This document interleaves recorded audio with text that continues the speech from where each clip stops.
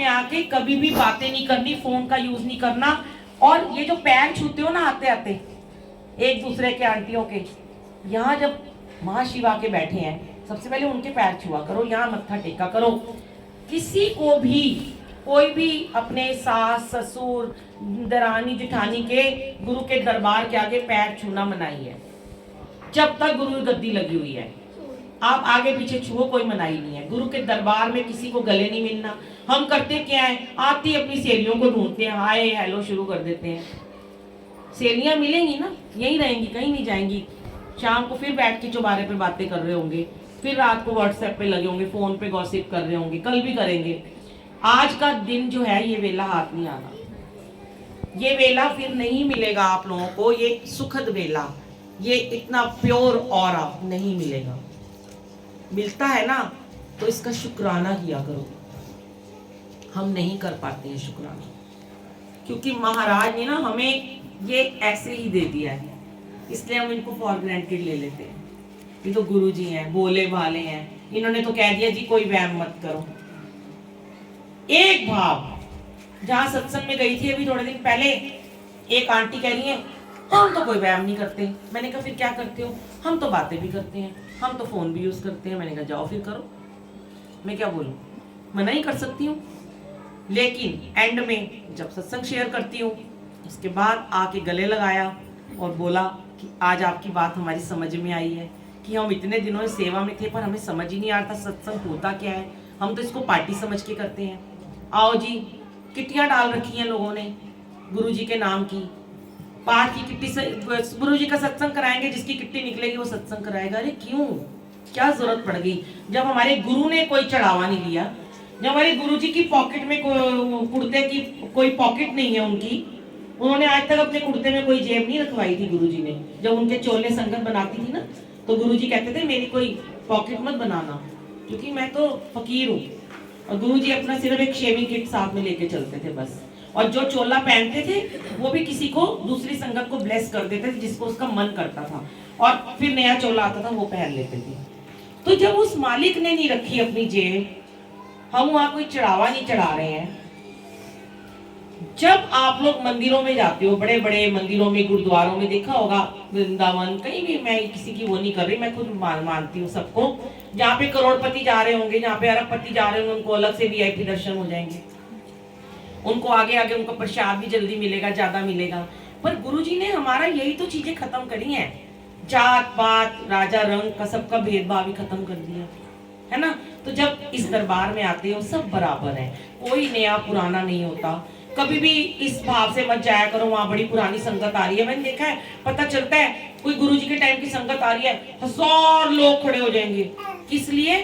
सिर्फ फोटो खिंचाने के। सुनेंगे नहीं वो बोल क्या रहा है, वो उसका भाव नहीं सुनेंगे, वो कैसे गुरुजी के साथ जुड़ा था, वो उसको कैसे गुरुजी ने ब्लेस किया था, और बस खड़े हो जाएंगे। और जहाँ पता चलेगा नॉर्मल सत्संग हो रहा है, जाएंगे ही नहीं। और हो रहा है किसी रिच फैमिली में हो रहा है, पहुंच जाएंगे। या किसी गरीब के घर में, मैंने खुद देखा है, मैंने बहुत देखा। मुझे गुरुजी ने बहुत स्लम एरिया में भेजा, नांगलोई में, जहांगीरपुरी में, गांव में, बेचारों के छोटे घर होते हैं, उनके भाव होते हैं जिसके अंदर 10 लोग भी नहीं बैठ सकते। जब मैं मैसेज डालती हूँ, नाम नहीं लेती मैं किसी का, बहुत पुरानी बातें हैं ये, बड़े सारे सेवादार हैं, नहीं आते थे वहां पे सेवा करने के लिए, नहीं आते थे उन गलियों में जहां हम अपने बैग उठा के पानी में से, कीचड़ में से चलते हुए 4-4 मंजिल चढ़ के जा रहे हैं, आते ही नहीं थे, क्योंकि नहीं, उनको वहां पे वो लाइमलाइट नहीं मिल रहा ना, मीडिया नहीं मिल रहा। और जहां पे पता चले किसी बैंक्वेट में सत्संग हो रहा है, 1000-2000 संगत आ रही है, अपना नाम लिखवा देंगे सेवादार जाके, मेरी सेवा मेरी सेवा मेरी सेवा। यहाँ क्या सुना था अभी आपने? तेरी सेवा तेरी सेवा तेरी सेवा, बड़ी प्यारी बड़ी सोनी तेरी सेवा। और सेवादार क्या करते हैं? मेरी सेवा मेरी सेवा मेरी सेवा, वो ऐसे करते हैं। और गुरुजी ने क्या बख्शिश दी है, बहुत बहुत शुक्राना मेरे मालिक का, कि हम तो पूछते ही नहीं है किसी को कि तुम्हारा घर कहाँ पे है। कई बार हम ऐसी जगह जाते हैं, मैं कहती हूँ आंटी वो कहाँ आ गए हैं, ऐसी गलियां, ये तो हमने सदर बाजार की कभी सोचा भी नहीं, छोटी छोटी गलियों में घूम घूम के ऊपर ऊपर जा रहे हैं, हम तो पूछते ही नहीं है। लोग मुझे बोलते हैं आंटी हमारे घर आओगे ना, हमारा छोटा सा घर है। अरे हम तो गुरु जी के लिए आ रहे हैं, तुम्हारे लिए थोड़ा आ रहे हैं। आप लोग भी, ये क्यों सुना रही हूँ, जहां भी सत्संग जाने का मौका मिलता है गुरु जी के लिए जाया करो, ना किसी आंटी ना कोई अंकल, इनके लिए जाते रहोगे ना बाहर से तो आपका कनेक्शन कभी नहीं हो सकता। मालिक के दरबार में आना है, मालिक के लिए आना है, गुरु जी के लिए आना है। गुरु हर जगह एक समान है। देखो अब कई बार ना मैं ऐसी जगह में जाती हूँ, मैं देखती हूँ गुरु जी तो घर में 2 बंदे बैठने की उस कमरे में जगह नहीं है, बाकी सारे बाहर गली में बैठे हुए लोग।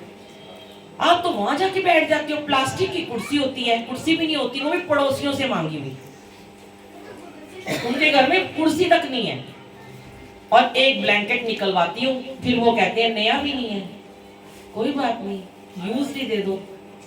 उसको रखते हैं, उस पर नई एक चादर बिछाते हैं, उस पर अपना चोला लगा लेते हैं, बैठ गए गुरु जी। गुरु जी को कुछ नहीं चाहिए आपका ये सब, ये काम झाम ये सब कुछ नहीं चाहिए। जो चीज भाव से आएगा गुरु उसको उस भाव से ब्लेसिंग देंगे, याद रखना। आप अपना भाव बस प्योर रखो। और गुरु जी तो बहुत बार कहते होते थे अपने टाइम में, अमीर लोग मेरे यहाँ चल के आते, गरीबों के यहाँ तो मैं खुद जाता हूँ चल के।